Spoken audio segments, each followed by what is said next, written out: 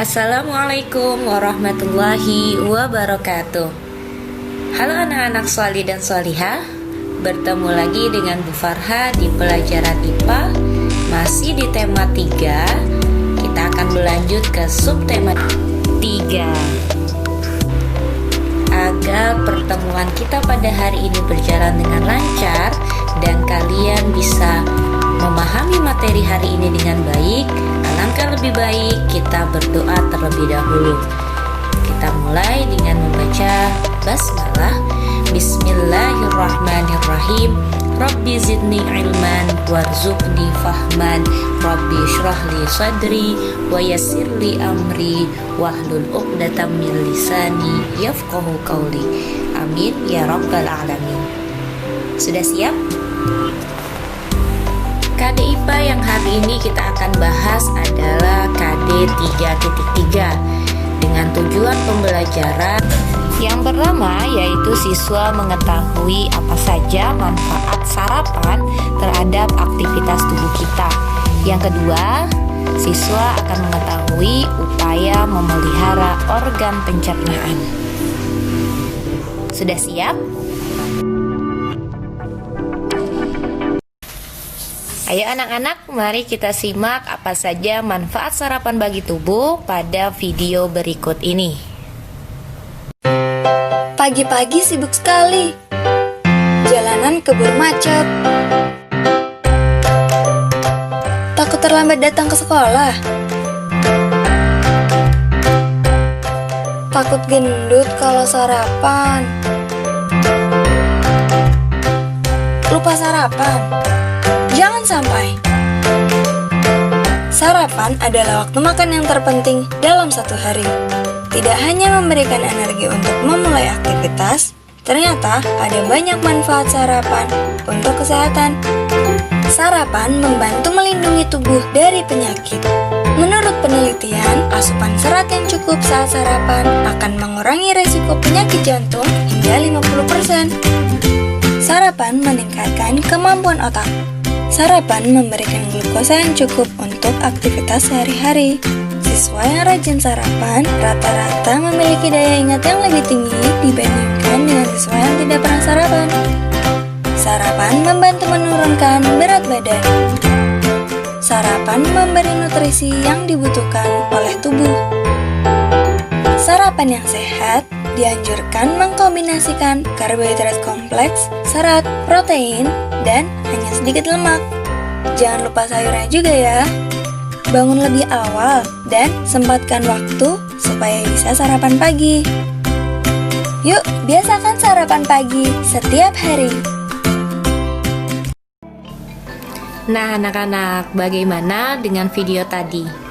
Video tadi sudah mengajarkan kepada kita bahwa sebelum beraktivitas, tubuh harus memiliki energi yang cukup. Oleh karena itu, sarapan sangat dianjurkan sebelum kita melakukan aktivitas seharian. Apalagi untuk kita yang sudah beraktivitas dari pagi sampai siang. Jadi jangan lupa sarapan di rumah ya. Sebelum kita lanjut ke materi berikutnya tentang bagaimana sih cara memelihara organ pencernaan pada tubuh kita, Bu Farha akan kembali mengulas tentang beberapa penyakit yang bisa menyerang organ pencernaan. Masih ingat atau tidak? Oke, penyakit yang pertama adalah sakit gigi. Apa penyebab sakit gigi? Ya, sisa makanan yang mengendap di gigi akhirnya dapat merusak email gigi sehingga gigi menjadi berlubang. Nah, jika lubangnya semakin dalam dan mencapai pada saraf gigi, maka mengakibatkan sakit gigi. Gak enak ya kalau sakit gigi, tak bisa mengunyah makanan dengan leluasa.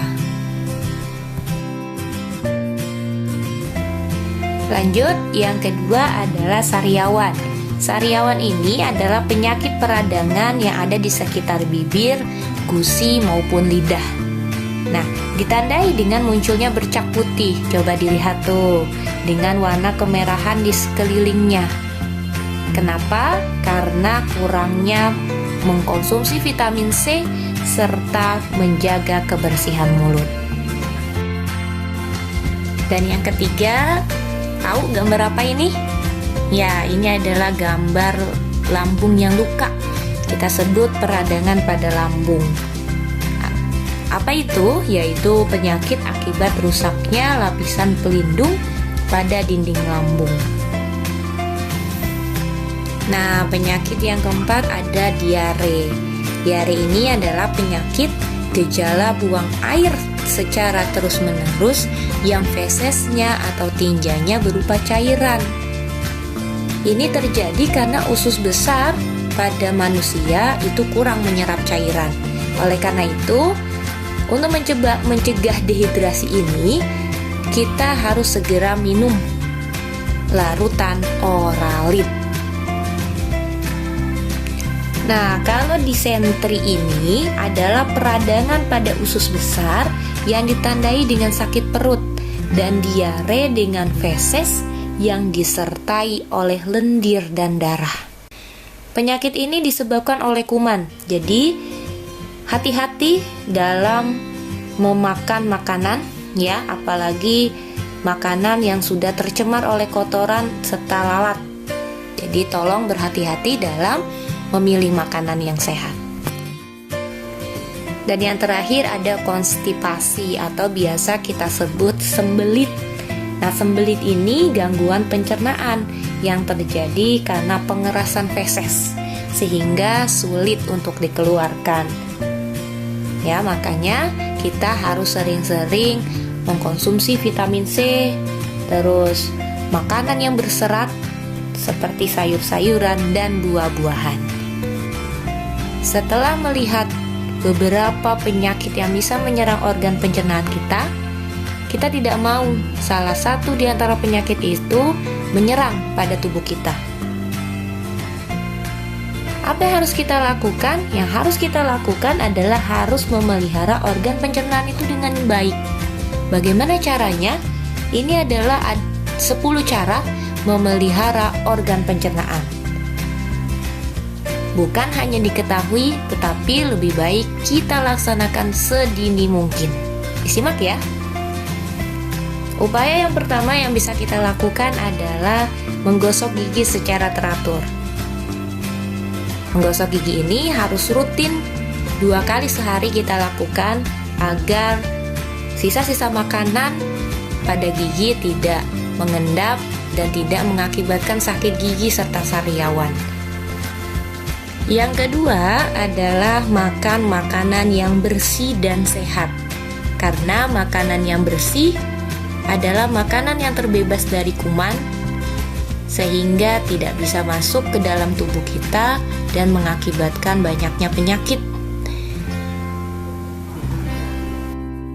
Lalu yang ketiga adalah makan makanan yang bergizi serta dengan porsi yang cukup. Kenapa? Karena asupan makanan itu mempengaruhi keadaan tubuh kita. Kalau kita makan terlalu banyak dengan porsi yang banyak, maka itu juga tidak bagus untuk kesehatan tubuh kita. Bisa mengakibatkan obesitas, yaitu kelebihan berat badan. Lalu upaya yang keempat adalah membiasakan mencuci tangan dengan sabun dan air bersih, terutama sekali saat sebelum makan. Ini harus kita lakukan. Kenapa? Agar tangan kita terjaga kebersihannya. Kita tidak tahu tangan kita ini habis menyentuh benda-benda apa. Apakah ada kuman di tangan kita? Khawatir jika ada kuman di tangan kita dan masuk ke mulut akan menyebabkan berbagai macam penyakit yang sudah kita pelajari tadi. Upaya yang selanjutnya adalah makan dengan pelan dan mengunyahlah makanan tersebut hingga lembut. Ini sesuai dengan anjuran dari Nabi, yaitu untuk mengunyah makanan hingga 33 kali sebelum ditelan. Ada manfaatnya. Apa? Yaitu membantu melancarkan sistem pencernaan. Juga bisa mencegah diabetes. Jadi ini sudah Nabi anjurkan loh, Kak. Lalu upaya yang keenam adalah minum air putih sedikitnya 8 gelas sehari. Lalu yang ketujuh adalah banyak mengkonsumsi makanan berserat seperti sayur dan buah agar tidak terjadi konstipasi atau sembelit untuk memperlancar sistem pencernaan pada tubuh kita. Yang kedelapan adalah makan teratur sesuai dengan jadwal makan 3 kali sehari, sarapan, makan siang, serta makan malam. Jangan sampai terlambat agar tidak terjadi peradangan pada lambung atau kita biasa sebut penyakit MAH. Lalu yang kesembilan adalah tidak memakan makanan yang terlalu pedas dan asam.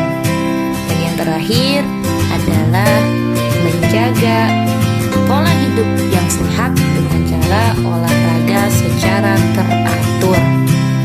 Inilah 10 upaya dalam memelihara organ pencernaan yang harus kita lakukan agar organ pencernaan kita dapat terpelihara dengan baik.